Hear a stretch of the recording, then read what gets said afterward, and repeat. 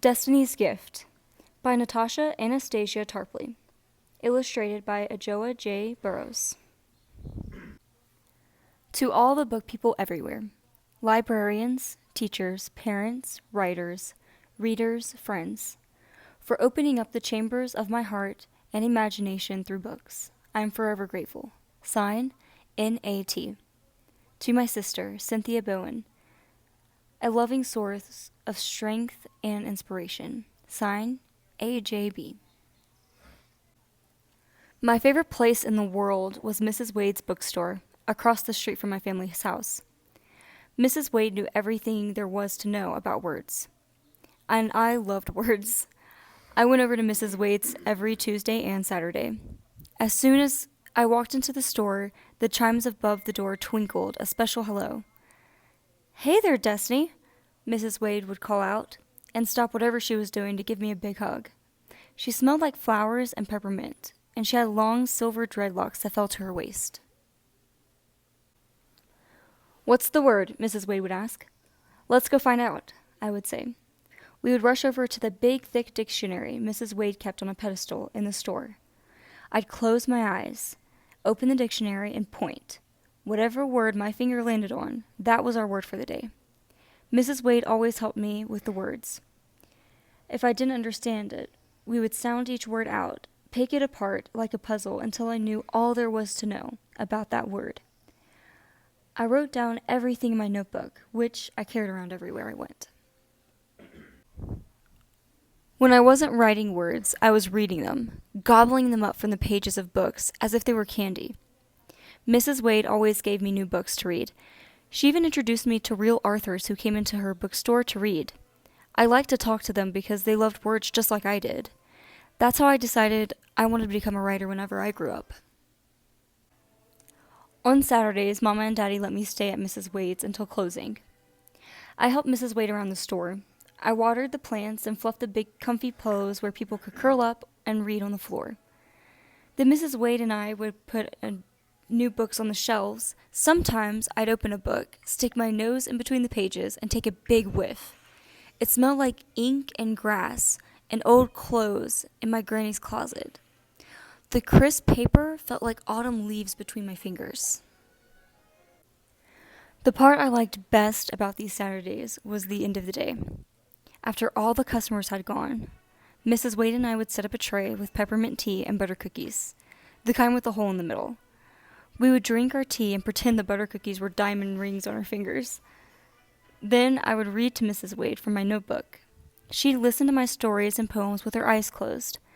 I'd imagine I was a famous author, reading to a room full of people. Sometimes, after I finished reading, Mrs. Wade would open her eyes and say, "Words are a very powerful gift." I wasn't sure what she meant, but I felt very important indeed.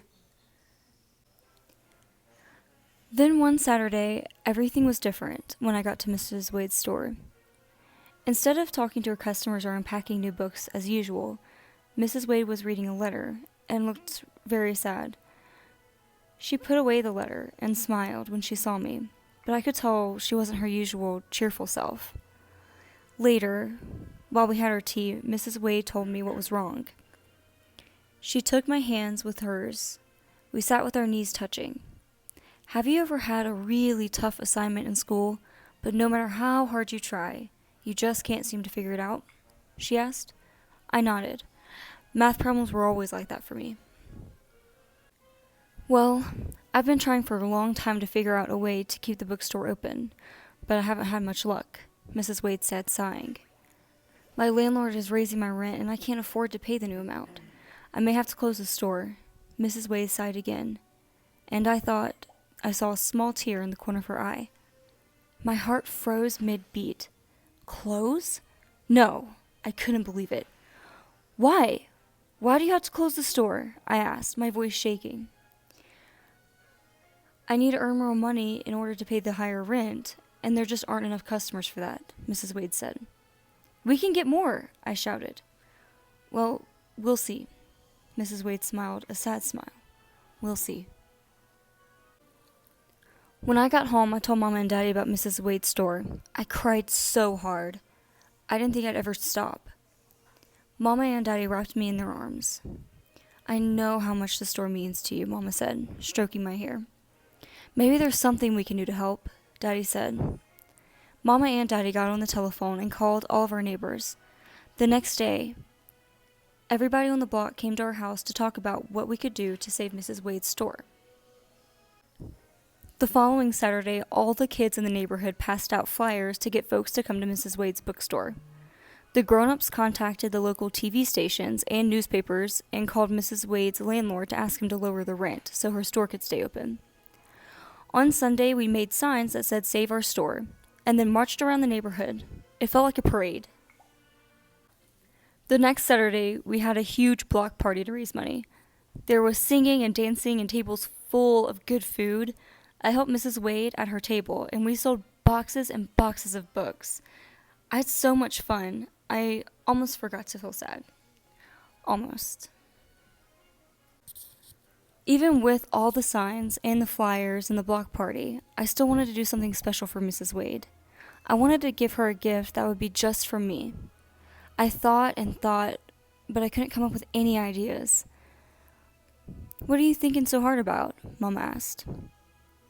"I wanted to make a special gift for Mrs. Wade, but I can't think of anything," I said. "Well, why don't you close your eyes, take a deep breath," Mama said. "Then remember all the good times you had with Mrs. Wade at her bookstore. I'm sure you're going to come up with something."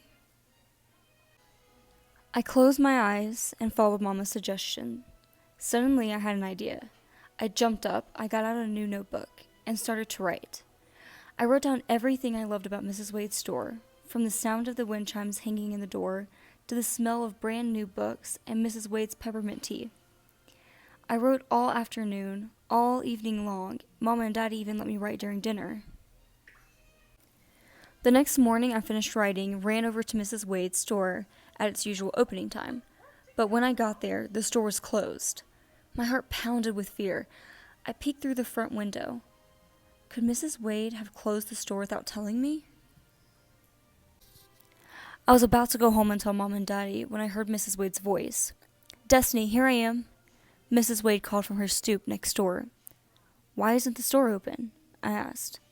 "I just need some time to think," said Mrs. Wade. "Will you have to close the store forever?" I whispered. "I hope not, but I'm just not sure," Mrs. Wade said sadly. "It's hard to know if customers will keep coming back."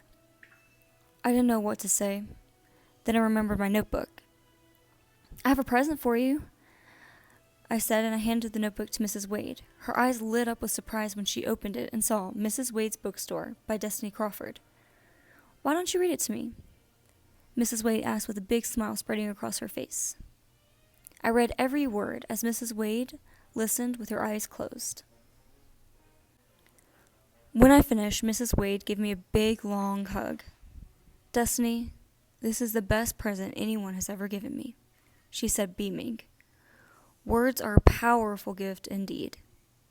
That time, I knew exactly what she meant. Mrs. Wade and I don't know if the store will close, but until then, we are going to keep reading and writing and gobbling up the words all we can.